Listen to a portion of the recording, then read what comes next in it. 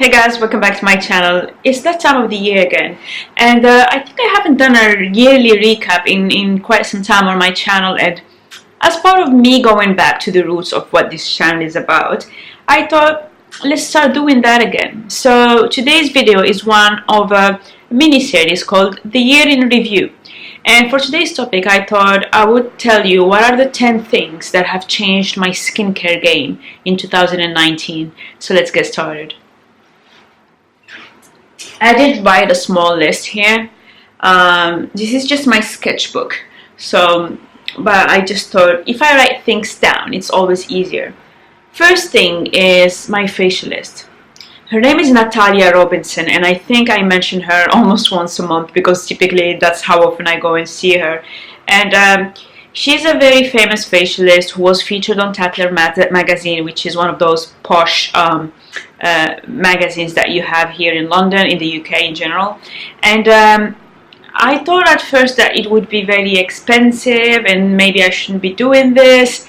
And I was considering a lot of different facials, including Sarah Chapman.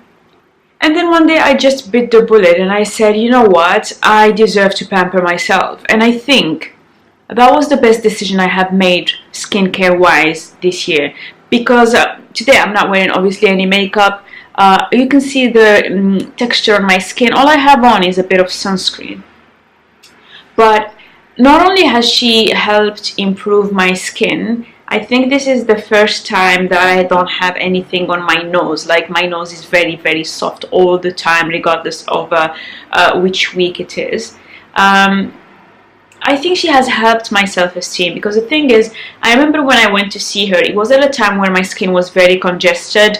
I went through a lot of stress and had a lot of work, and I was also eating poorly, so I had inflammation on my skin, etc. And I went to see her, and the first thing she said was that she loved my skin, and the thing is that it felt genuine. This is a Russian sounding lady. She's not there for small talk or for telling you stuff. So she loved my skin and she loved my hair.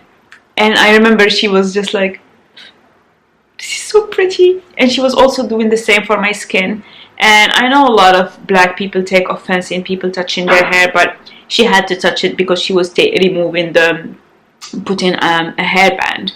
Now, every time that I have gone to see her, the way she touches my face, the way she talks to me, the way she explains things, and how professional she is just amazing.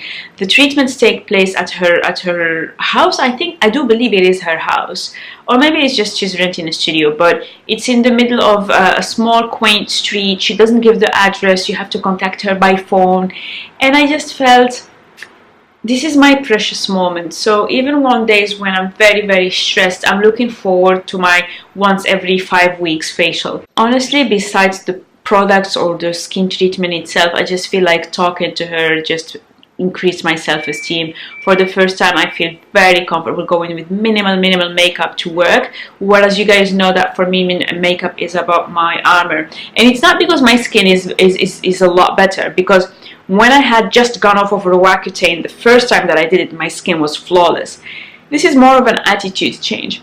Also, the way she does her facials is that she looks exactly at what your skin needs. So the first time that I did a facial with her, she did something brightening here, she did decongesting treatment, she did something different here. And so it's just a recipe for success. So that is the first thing that happened to my skin in 2019, and I thought was completely amazing. Everything else will be just products. So I will just walk you through some of my selection of best products for 2019. Some of them are new, some of them are less new. Let's get to it. The one cleanser that for me is a league of its own, and I have found myself enjoying using it, looking forward to using it, is the Niod Sanskrit Saponins. I have featured this in my favorites. I just love it. I love the consistency of it. I love the smell of it. It smells horrible, like germa. As I said, it smells like yeast, but I love it. And every time I use it, I find myself just taking that extra little time to massage my skin. And that is what skincare is about for me, because I am tired most of the time for a multitude of reasons. And I feel that if using a specific type of product will make me go that extra time to just massage my skin, then that's a winner and it's a keeper. I'm almost out of it. I have 2 of these backups. So this is a 90 ml, but I just ordered the 180 ml, and I actually will get it in a few hours because my foot is still broken. I'm still at home. My colleague is bringing it to me. I didn't get it shipped to home, I just shipped it to the office, but I have the backups coming right in. I contemplated whether or not I wanted to purchase backups of this already, because I am trying to be a bit more conscious about the things that I have in my beauty cabinet. I'm trying to make sure that everything fits in there. You guys have seen how I have been working on downsizing a lot of things, but then I also accepted the fact that if something is really top of mind when it comes to skincare, if something after months of using it still makes me smile, then that's a keeper, and I am okay with having backups of that. So that's the first thing. The second thing is moisturizer, and funny enough, I have 3 moisturizers. None of them I have in here because I have finished all of them. So I will tell you about them. You have seen them in some of my empties, and then I will insert photos. The first one is the Aesop In 2 Minds Moisturizer. First thing that happened is I was buying something from Aesop. I forgot what it was, and then I had the samples. And one of the things that I started doing this year is just using my samples a bit more. I used the samples, loved it, and I went and bought the full size of it. It was very lightweight. It came in the classic Aesop bottle that is very aesthetically pleasing. Because I'm a sucker for packaging, I will admit it. I like products to be good quality, but I also like them to just look nice. Consistency very fluid, lightweight, does not clog the pores. I used it during the sunny periods when it was a bit hot, a bit sweaty, and I just felt that it didn't weigh down my skin. So it provides moisture, and I think it really works for combination skin, which is what my skin has evolved to become, a lot more combination. So that was the first one. I also loved obviously the herbal and earthy smell, which is common for all Aesop products. The second one was also a very light moisturizer. It's from Caudalie. It's their sherbet moisturizer. And again, a very lightweight one that I absolutely loved. It feels like almost like a mousse. I don't know how to describe it. When it comes out, it's almost like a mousse, and then when you apply it, it flattens on your skin, and it just feels like a drink of water. This is the most hydrating moisturizer I've had. I feel that it just felt like you had a drink of water from the inside out. Your skin looks like it just woke up. So it was just very enjoyable to use, not moisturizing enough for the winter, just hydrating enough for summer. Loved it. I will probably repurchase come summer because I just liked it that much. And the third one was just a small sample size that I had gotten from the Kiehl's brand. It was the Kiehl's Ultra Facial Cream. I had a tiny pot, and I remember using it when I was at the gym, and I was thinking, wow, this feels so bouncy, so silky. My skin feels amazing, and it doesn't feel like I have put a lot of things on it. And it was one of those times, like what happened to me with the Aesop, where I said, when I finish my moisturizers, I really want to go and buy the full size of it. So this is something that I might actually buy very soon, because right now I have run out of all the full size of my moisturizers. So I'm just going through a lot of samples, and I'm keeping this mental list of things that I want to buy, which is also why I wanted to film this video, because it's a very good thing for me to come back to once I have downsized a lot of the products that I have, and it's time for me to restock. So I can just look at this and say, I need to buy that. The fourth product that I wanted to feature is the Ordinary Niacinamide. You have seen this many times in my videos. I think this is my third bottle. I'm running very low on it. I don't use it as much as I used to, but it's a very nice decongesting serum. Niacinamide is great if you have congested, acne-prone skin. Zinc helps with healing the skin. I haven't used it in a few weeks now, but I will probably use it end of next week, or maybe sometime, because the thing is, I'm using some sample sizes that I want to get rid of just because they are visually cluttering. You guys know how after my ADHD diagnosis I have been just working on making my environment a little bit less jarring, having less distractions, and I feel like all these small pots are quite annoying for me.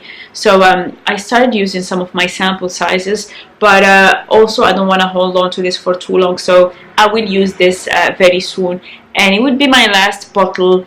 I don't think I will repurchase, just because I think I'm doing a good job at keeping my skin not congested, and also just I really want, I know I keep banging on about it, but I really want to have a controlled volume of things that I have.